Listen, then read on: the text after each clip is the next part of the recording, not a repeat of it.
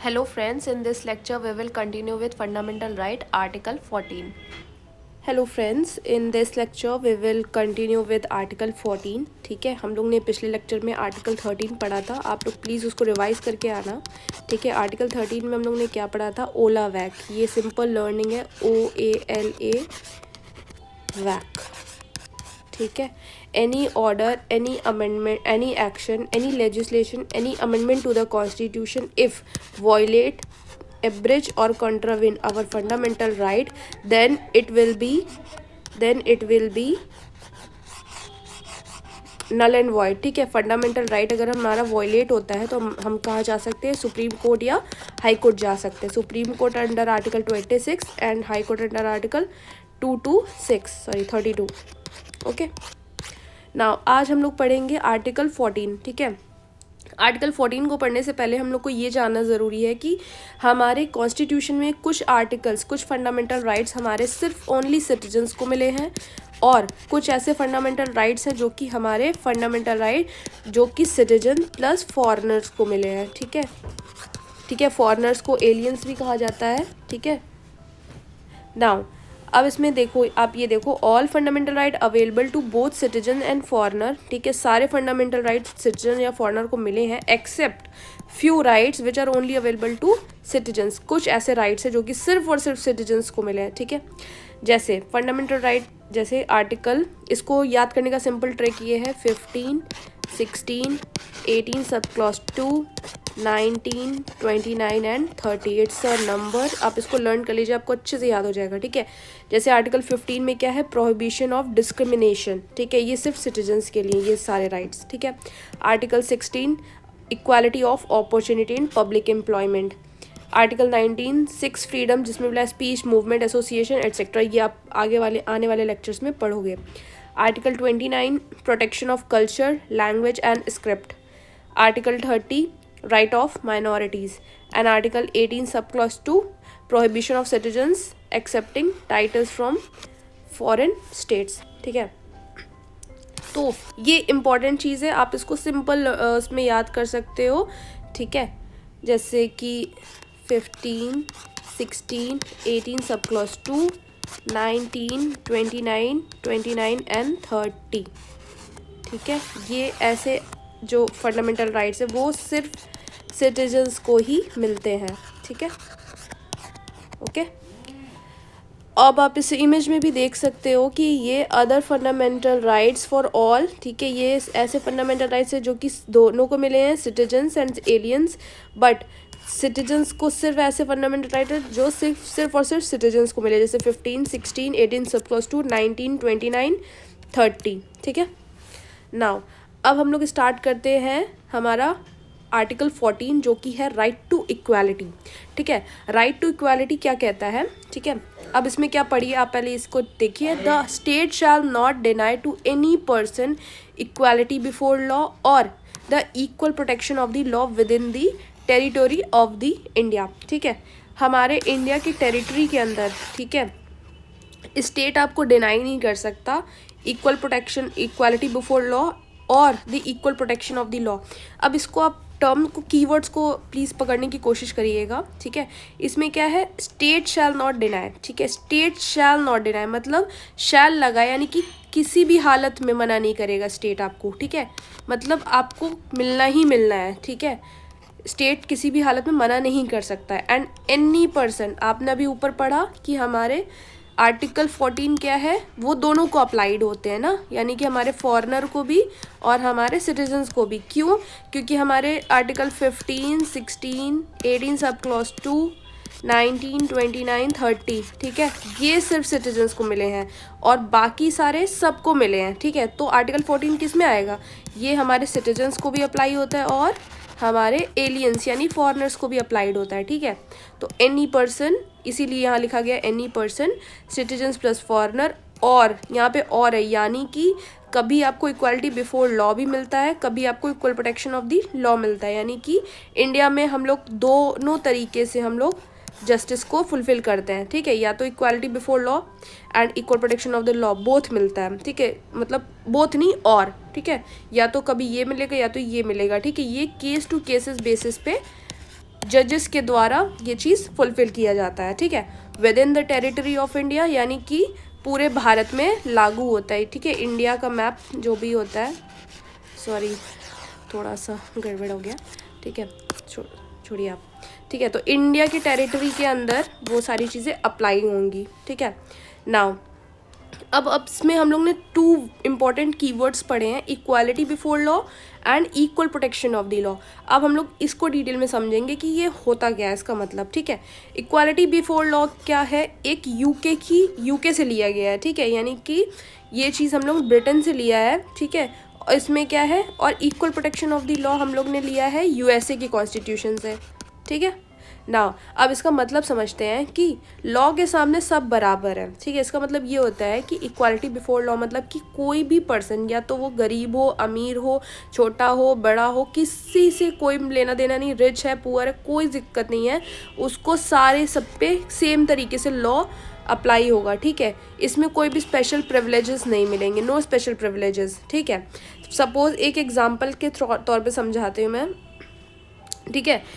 अगर मान लीजिए 2 पर्सन है, ठीक है, एक पर्सन ए है, ठीक है, ये छोटा बच्चा है, ठीक है, एक पर्सन बी है, ये बड़ा मतलब 31 ईयर ओल्ड का है, ये मान लो 10 साल का बच्चा है, ठीक है।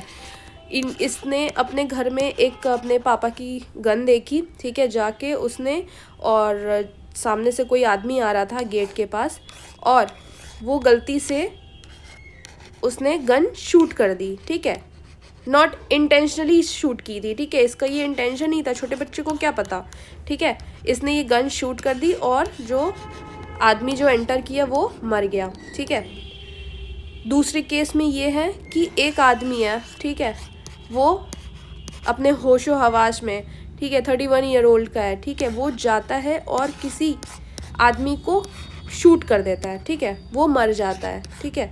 तो अब इन दोनों केसेस में क्या है, हमारी जो ब्रिटिश लॉ कहती है कि हम equal protection of the law है, यानी कि हम 10 साल के बच्चे को भी सेम ट्रीटमेंट, सेम पनिशमेंट मिलेगी, और 31 ईयर ओल्ड को भी सेम ट्रीटमेंट मिलेगी, सेम पनिशमेंट मिलेगी।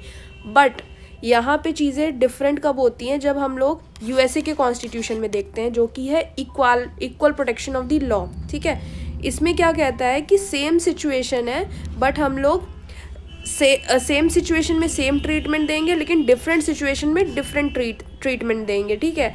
तो यूएसए, अगर हम लोग सेम केस को यूएसए में अगर देखेंगे तो वो क्या करेंगे, वो छोटे बच्चे को, ठीक है, चाइल्ड रिमांड में भेजेंगे, ठीक है, और उस बड़ा जो इंसान है उसको फांसी की सज़ा होगी, ठीक है, according to equal protection of the law. I hope आप लोग को समझ में आ गया होगा मेरा क्या कहने का सेंस है। बट इंडिया में ये क्या होता है, इंडिया में हम लोग दोनों को अप्लाई करते हैं, हमारे पास इक्वालिटी बिफोर लॉ भी है and equal protection of the law भी है।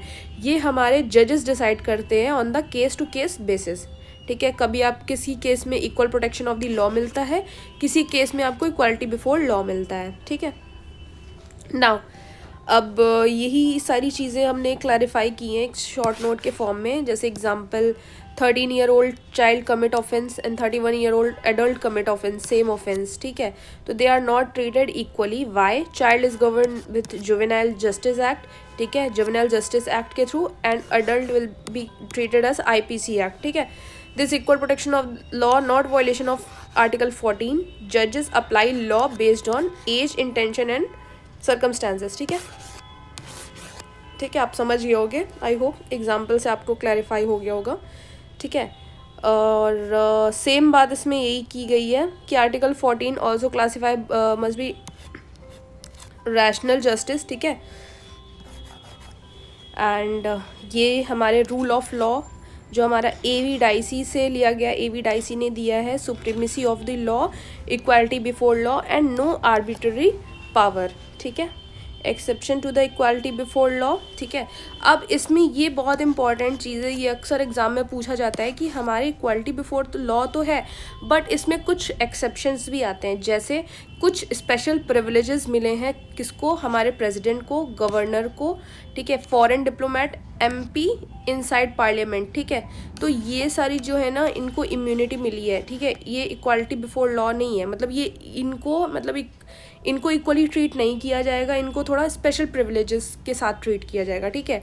Under article 361 president and governor के बारे में लिखा है, ठीक है। इसको मोर डिटेल लेक्चर्स में आप लोग इसको अंडरस्टैंड करोगे, ये आगे आने वाले लेक्चर्स में हम इसको बताएंगे। प्रेसिडेंट और गवर्नर का जब टॉपिक पढ़ेंगे ना, तो उनके पास कौन कौन से प्रिविलेजेस हैं वो सब आप लोग इसमें पढ़ोगे, ठीक है। तो आर्टिकल 14 का सिंपल मतलब क्या है, does not mean same law for everyone, सबके लिए सेम लॉ नहीं होगा, same law for same person, different law for different situation, ठीक है।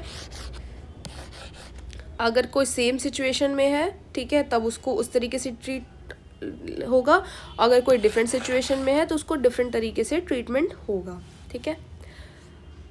तो लास्ट में मैं आपको एक बस क्विक रिकैप करा देती हूँ। क्विक रिकैप, अभी तक हम लोग ने क्या पढ़ा है आर्टिकल 12 में। आर्टिकल 12 में हम लोग ने पढ़ा हमारी स्टेट डिफाइन है, ठीक है। स्टेट में क्या क्या आते हैं, हमारी एग्जीक्यूटिव एंड लेजिस्लेचर, ठीक है।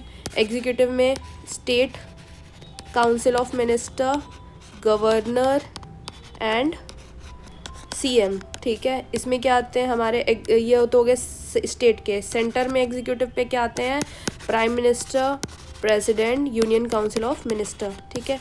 लेजिस्लेचर में क्या आएगा, लेजिस्लेचर में आएगा, अगर स्टेट की बात करें, स्टेट में क्या आएगा, विधानसभा, विधान परिषद, एंड सेंटर की बात करें तो हमारे लोकसभा एंड राज्यसभा, ठीक है।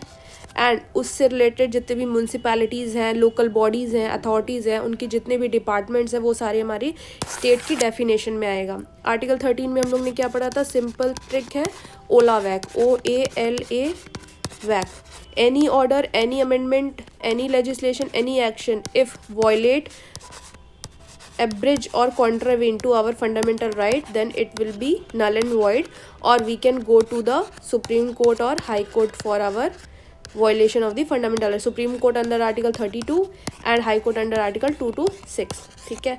Article 14 में हम लोग ने क्या पढ़ा, we have equality before law, any person, ठीक है। कीवर्ड्स को याद रखना, any person यानी कि हमारे पास क्या है, ये सिटीजन्स को भी अप्लाई होती है और फॉरेनर्स को भी अप्लाई होती है। एनी पर्सन क्या है, equality before law and equal protection of the law. Equality before law हम लोग ने यूके के कॉन्स्टिट्यूशन से लिया है, और equal protection of the law हमने क्या लिया है, यूएसए के कॉन्स्टिट्यूशन से लिया है, ठीक है। तो या that's all for today guys, and we will continue with the next article which is article 15। Article 15 को हम लोग नेक्स्ट लेक्चर में स्टडी करेंगे। तो तब तक के लिए thank you guys, please do like, share and subscribe.